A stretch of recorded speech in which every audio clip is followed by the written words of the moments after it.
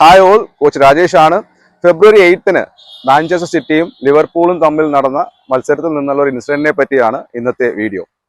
മത്സരത്തിന്റെ അവസാനം referee Manchester സിറ്റിക്ക് ഒരു ഗോൾ ഡിസലവ് ചെയ്തിരുന്നു. ചില കുട്ടികൾക്ക് എന്തുകൊണ്ട് ഈ ഗോൾ ഡിസലവ് ചെയ്തു എന്നതാണ് സംശയമെങ്കിലും മറ്റു ചിലർക്ക് എന്തുകൊണ്ട് ഹാലൻഡിന് ബോൾ റിസീവ് ചെയ്തപ്പോൾ ഓഫ് സൈഡ് റൂൾ അപ്ലൈ ചെയ്തില്ല എന്നതായിരുന്നു സംശയം. ആദ്യം ആവശ്യമില്ലാത്ത സംശയങ്ങളല്ലേ ഇതെന്ന് തോന്നിയെങ്കിലും പിന്നീട് വീഡിയോസ് വീണ്ടും കണ്ടപ്പോൾ സംശയങ്ങളിൽ കഴമ്പുണ്ടെന്ന് തോന്നിയത് കൊണ്ടാണ് ഞാൻ ഇങ്ങനെ ഒരു വീഡിയോ ചെയ്യാൻ തീരുമാനിച്ചത്. Let's go and check it out.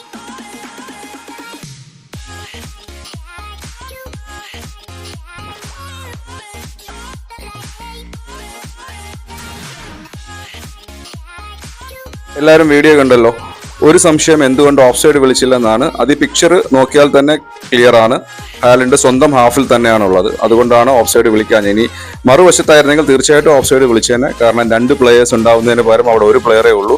Goal keeper already Alisson Becker അറ്റാക്കിങ്ങിന് സിറ്റിയുടെ ഹാഫിലാണ് നിൽക്കുന്നത്. അതുകൊണ്ട് ഒരു പ്ലെയറേ ഉള്ളത് കൊണ്ട് 2 പ്ലെയർ ഇല്ലാത്തത് കൊണ്ട് അത് ഓഫ് സൈഡ് തന്നെ ആയിരിക്കും. ഹാലൻഡ് എതിർ ഹാഫിലായിരുന്നെങ്കിൽ.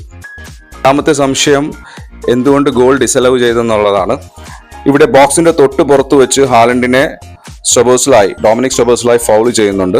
പക്ഷേ റഫറി അഡ്വാൻറ്റേജ് റൂൾ അപ്ലൈ ചെയ്യാണ് ഇവിടെ ചെയ്യുന്നത്. ലോ 5 പറയുന്ന പോലെ അഡ്വാൻറ്റേജ് റൂൾ അപ്ലൈ ചെയ്തു.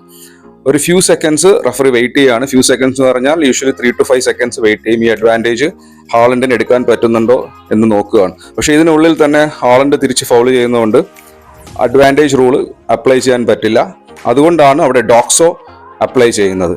ഒരു പക്ഷേ ആ ഫൗള് ചെയ്തില്ലായിരുന്നെങ്കിൽ, ആ ഗോൾ കയറിയിട്ടുണ്ടെങ്കിൽ ഉറപ്പായിട്ട് ആ ഗോൾ അലൗ ചെയ്തിട്ട് സൊബോസ്ലായിക്ക് ഒരു യെല്ലോ കാർഡ് മാത്രമേ കൊടുക്കുന്നുണ്ടാവുള്ളൂ.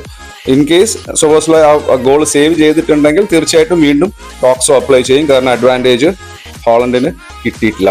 Hope it's quite clear to you all.